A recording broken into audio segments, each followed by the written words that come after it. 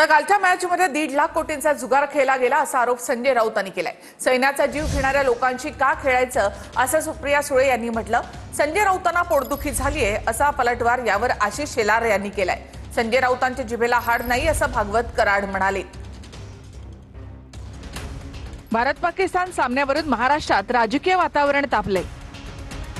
पाक सोबतच्या मॅचमध्ये 1.5 लाख कोटींचा जुगार खेळला गेला आणि त्यातील 1000 कोटी पाकिस्तानला मिळाले असा आरोप संजय राऊतांनी केलाय। कालच्या मॅचवर आम्ही थुंकतो असं संजय राऊत म्हणाले आहेत। राऊतांच्या या टीकेवर भाजप नेत्यांनी सुद्धा पलटवार केला। पाकिस्तान क्रिकेट बोर्डला काल 1000 कोटी रुपये तुम्ही दिलेत, मिळून दिलेत, मग हे पैसे कुठे जाणार? शिवाय 1.5 लाख कोटीचा जो जुगार खेळला गेला कालच्या मॅचवर, मॅच फिक्सिंगच्या, त्यातला मिळणारा काही 1000 कोटी कुठे गेले? पाकिस्तानात गेले।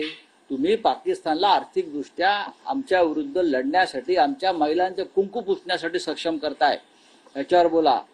पाकिस्तान जिंकला हारला आम्हाला काय फरक पडत नाही। आम्ही कालच्या मॅचवर थुंकतो आम्ही अशा मॅचवर। ऑपरेशन सिंदूर मध्ये या सर्व गोष्टी संपूर्ण आपल्या देशाच्या स्वाभिमानाच्या साठीच्या जगासमोर ताट मानेने उभं राहून भारताने केल्या।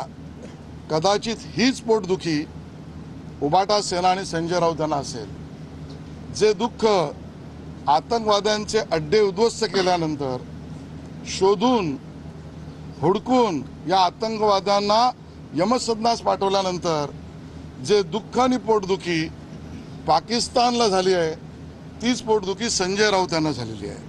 खेळायलाच नाही पाहिजे होता सगळ्यात महत्त्वाचा। सैन्याला तर समर्पित, अख्खा देश सैन्याला सगळं काही समर्पित करेल, हीच भावना देशवासियांची।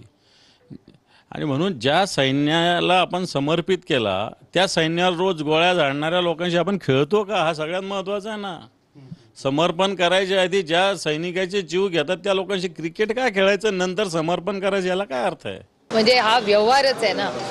त्यामुळे दुर्दैव आहे की एकीकडे ज्या कुटुंबाचे अश्रूही पुसले गेलेले नाहीयेत। भारत सरकारने, मला आठवतं त्यांचं एक स्टेटमेंट होतं की दिस इज द न्यू नॉर्मल, घर में घुस के मारेंगे। आठवत असेल तुम्हाला सगळ्यांना तुमच्याच चॅनलमध्ये, घर में घुस के मारेंगे आणि दिस इज द न्यू नॉर्मल, की तुम्ही अटॅक केला तर इथून करारा जवाब मिळेगा। पण त्यामध्ये क्रिकेट होतं हे मला खरंच माहिती नव्हतं। मीही तुमच्यासारखी भाबडी होते। संजय राऊत त्यांच्या जिभेला हाड नाही आपण मराठीमध्ये म्हणतो ना, ते काही बोलू शकतात, काही टीका करू शकतात। 26 महिलांचं जे क्रिकेट पुसलं त्यासाठी ऑपरेशन सिंदूरच्या माध्यमातून संपूर्ण आतंकवादी आपल्या सैन्याने नष्ट केलेले आहेत। जसं प्रधानमंत्री म्हणाले होते, गोळी का जवाब हम गोला से देंगे, त्याही पेक्षा मोठा जवाब आपण दिलेला आहे। शिवसेनेने साधारणतः गेल्या 50-60 वर्षामध्ये त्यांची स्थापना झाल्यापासूनच्या त्यांच्या भूमिका इथं नीट लिहून काढल्या पाहिजे। म्हणजे मग त्यांच्या भूमिकेमध्ये दरवेळेला अंतर्विरोध कसा असतो ते लक्षात येईल। त्यांनीच त्यांच्या एखाद्या सामान्य शाखा प्रमुखाला सांगायचं की ली बाबा, की 68 साली शिवसेनेची स्थापना झाली त्यावेळेला काय झालं, मग कधी पाकिस्तान मॅचवर काय भूमिका, असं लिहून काढलं तर लक्षात, बापरे फारच अंतर्विरोध आहे। खरं तर संजय राऊत कालच्या पराभवानंतर, पाकिस्तानचा जो पराभव झालाय त्यानंतर संजय राऊत हताश आणि निराश झालेले आहेत। अहो, तुम्हाला मॅचवर थुंकण्याचा, बोलण्याचा अधिकार आहे का? अशा पद्धतीनं जर का तुम्ही थुंकण्याची भाषा करणार असाल तर 140 कोटी जनता तुमच्यावर थुंकल्याशिवाय राहणार नाही। आणि कुंकुवाची भाषा संजय राऊत यांना शोभत नाही।